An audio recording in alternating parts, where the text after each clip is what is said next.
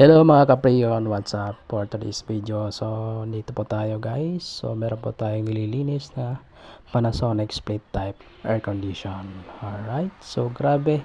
Kung mapapansin nyo guys, sobrang dumi na po yung kanyang condenser at wala nang malabasan yung hangin. Talagang barado na po at may posibilidad po ito na masira na at mag-error. Ayan, so pati na rin po yung kanyang indoor unit is medyo madami na rin, is kailangan na rin po i-general cleaning. At ito ay lilinisin po natin ito.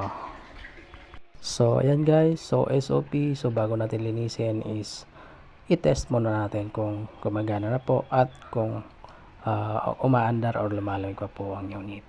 Alright, so ayan, so guys, so medyo okay pa naman po siya at hindi pa na po nag-error. So, ganun po dapat guys. So, pag once na naglilinis tayo, so is okay po yun na i-test po na ang unit kasi baka po is sira na at hindi na po gumagana at kailangan na po i-repair para at the same time, ma-explain na rin po natin kay customer. So, kung mapapansin nyo guys, so, yan. So, yan po yung outdoor unit. So, medyo umaandar pa naman po siya at dumadaloy pa po yung kanyang drain. Ayan.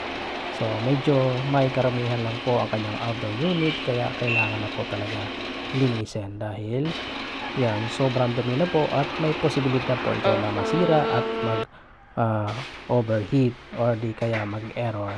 Alright, so ito po yung kanyang indoor unit. So, dito po tayo sa Short Time Hotel Javier Leyte.